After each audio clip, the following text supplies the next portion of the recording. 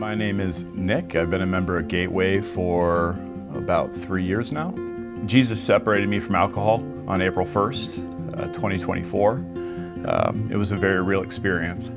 Up until that time, I started, drinking and experimenting with drugs when I was very young. But over the years, drinking got away from me. And as I built my career, I hadn't realized it, but I had started to isolate and move away from what was really important, which was my family, which was my children. It was after my birthday. It was actually the day after Easter. My alcoholism at that time had really, I thought nobody knew, as we usually think when we have addictions or we have things that are holding us back.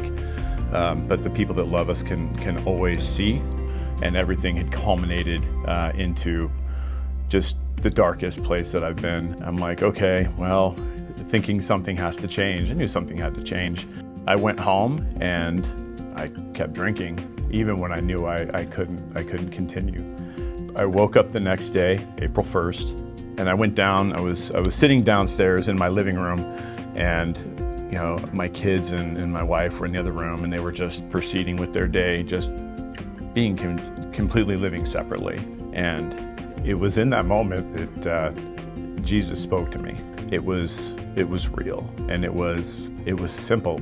It's time. I stood up and I got my keys and I looked and I found an AA meeting at noon. I walked in, and it was one of the most humbling days of my life, because it's where people are truly lost and they're recovering. And I walked in and I met a gentleman who was put in my life by God. I believe it to this day. And since that day, every person, every place, everything that was in my life, God put there, without a doubt. It's a real man who died on a cross for us, for my sins. He taught me forgiveness. He gave me forgiveness. He brought me my family back, brought me back to my family. He healed me. I'm 865 days sober, and I couldn't have done it alone. I was baptized here shortly after. To change, you have to give it all up. You have to die to live. That's the message. And from that's why I wanted to give back. And that's why I wanted to start the recovery support group, the Tribe, which is starting next week. And it's for people that are struggling. It's not just alcohol. You have a problem with gambling, drugs, codependent relationships, whatever it is. I'm here, right? I'm broken.